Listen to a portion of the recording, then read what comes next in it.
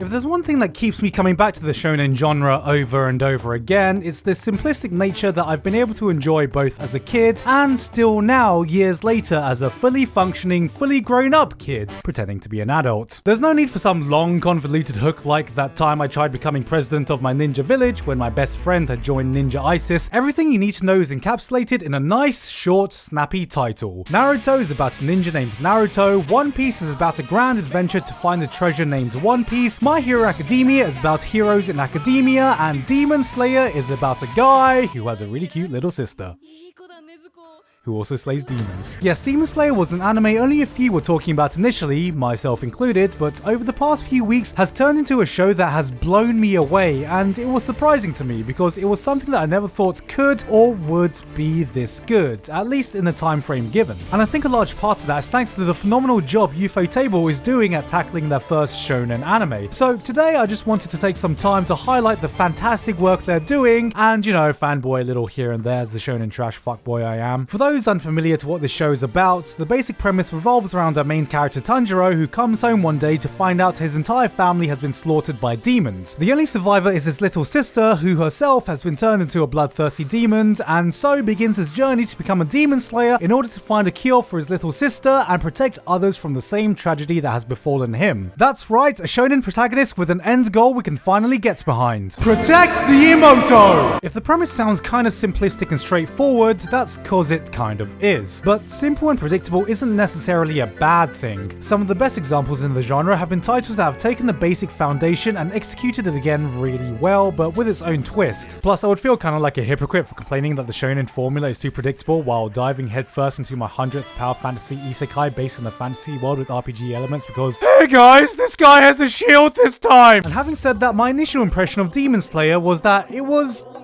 good. It wasn't painfully uninspired like the first few episodes of Black Clover, but it was missing that extra oomph to get me really excited about it. The characters were likable enough and the story was sufficient, but the format was a bit too monster of the week for my liking. Crow tells the main character where to go, demon appears, demon gets slain. Crow tells the main character to go, demon appears, demon gets slain, rinse and repeat. It was missing that hook to get me truly invested in the story. There was, however, one outstanding aspect that kept me coming back in hopes that the story could reach greater heights, and that was thanks to the work of some weirdly shaped furniture. That's right, the missing ingredient was a penis lamp.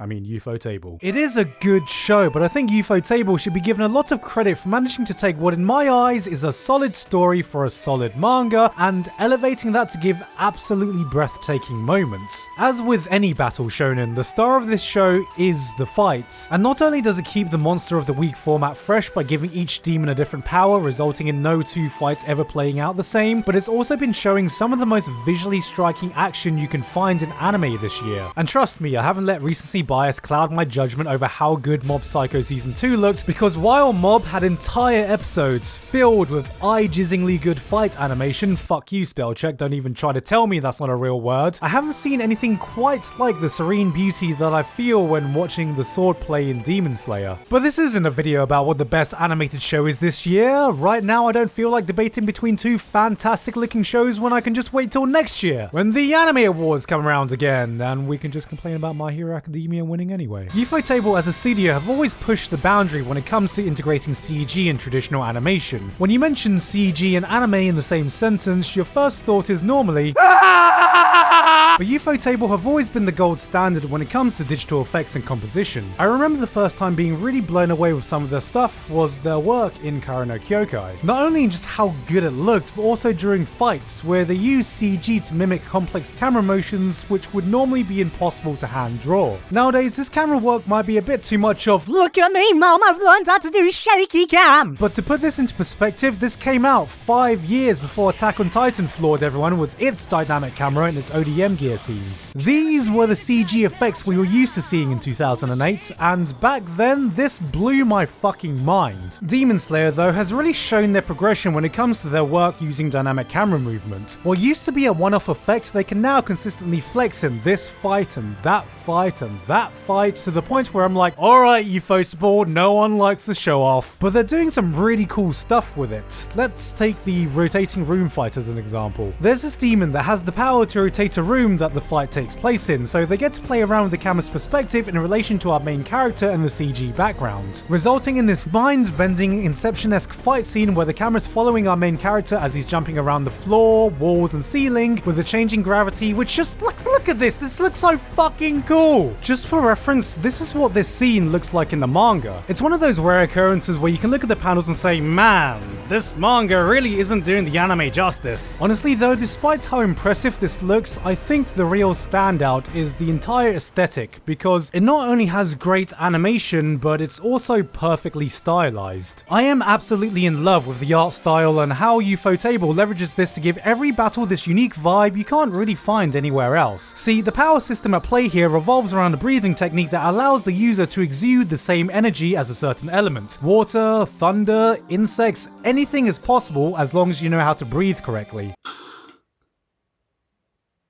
As far as I can tell, the elements coming out of the swords are just a visual representation, and metaphors aren't a new thing in anime to represent the power or feeling in a certain move, but Demon Slayer has taken this concept and turned it into an art form. You don't normally associate something like a hype fight with a beautiful painting, but that's exactly how I feel whenever I see the climax of every battle in this series. There's just something about the explosive thunder effects, the mesmerizing sting of an insect, or the hypnotic way the sword almost dances with the water effects on screen. It's almost like a painting in motion. The action scenes seem to come with this philosophy of how much can we polish and refine that one beautiful or explosive moment, that one satisfying slash to end it all, and this isn't just true for our main character. Some of the most memorable fights come from Zenitsu, despite the fact they only really last around a minute or two, and yet they leave such a deep impression. Cause all he does is fall asleep and the demons are like, what a fool! He fell asleep in battle and now he's gonna die! Wait a minute, why do I hear boss music playing?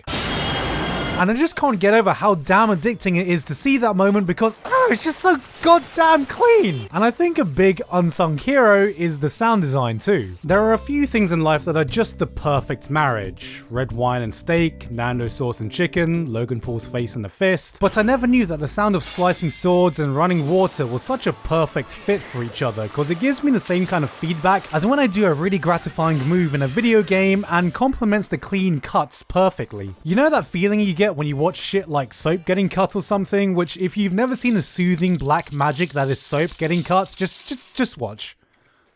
Same feeling I get whenever anyone is slashed in this show. It's clean, it's satisfying, and it's therapeutic as fuck, man.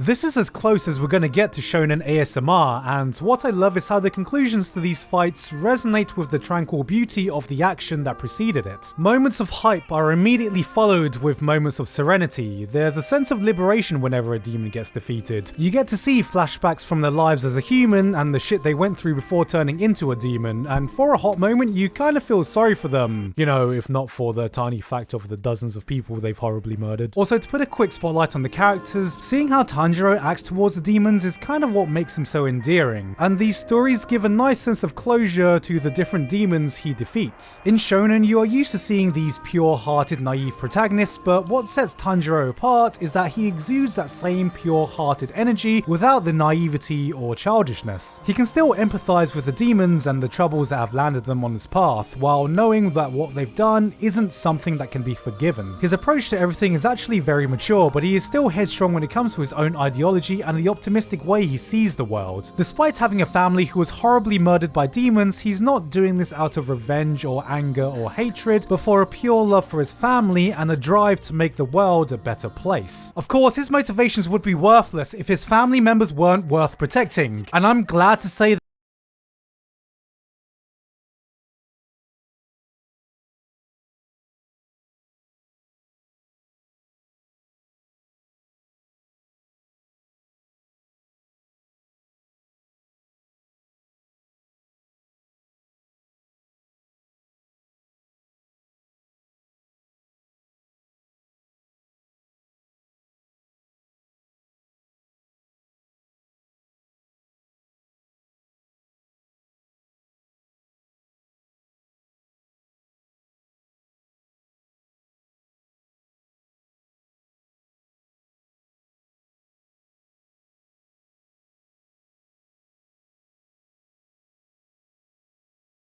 That last one might be a bit far. How about worst girl tears when she loses? These are the reasons why I kept coming back despite me being very iffy with the whole Monster of the Week format. It may have been formulaic, but it was a formula that worked. And if that was everything, I could have recommended this as a very solid show, but what pushed me to make this video was a moment that you could rarely find in anime. And that is, of course, the end of episode 19. You always know something special happened when an anime breaks out of the confines of our little community to start trending on Twitter, have people such as Ninja tweeting about it. And that is because this one scene is a masterpiece in a show that I never expected to be able to reach these heights. Normally in a scene such as this, I like to talk about how the writing or characters were perfectly set up to make it successfully carry such an emotional weight. But I do think the real star here is Ufotable's execution, and I can't break down the one thing that makes this scene work so well, because it's everything.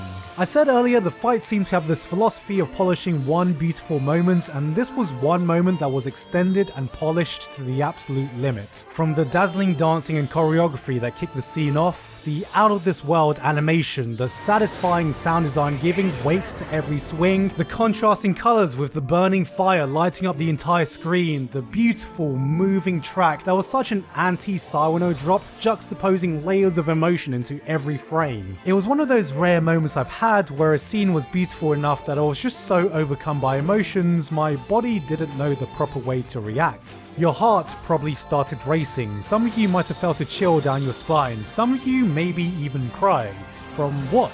From excitement, from sadness, from happiness, from an overwhelming sense that you were witnessing something special. The animation, the colours, the sound, the voice acting, the music, it all formed a harmonious symphony of elements that when put together created a moment so beautiful, so perfectly constructed. There's no other way I can describe this other than it felt like I was watching a work of art.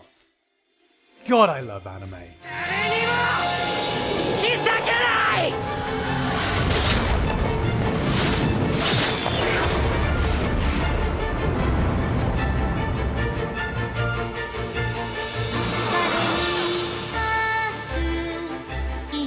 Hey guys, hope you enjoyed that video. Thank you very much this month to Walto, Sisters10086, Elifal, Robert Harnborg, Basil, Lauken, and everyone else on my Patreon for helping to support me for this month and making this video possible. I know I've been doing a lot of videos for individual series recently, but man, it's just been a good year for anime, hasn't it? Hopefully the fall season can also keep up this level of quality, which... shit, it's only a month away. Where did this time go? Man, it's just felt like summer's just started. But yeah, I guess the fall season starts next month. I should probably sort out a stream for that soon. Anyway though, no further updates for me. I've been Gigguk, and I'll see you all next time.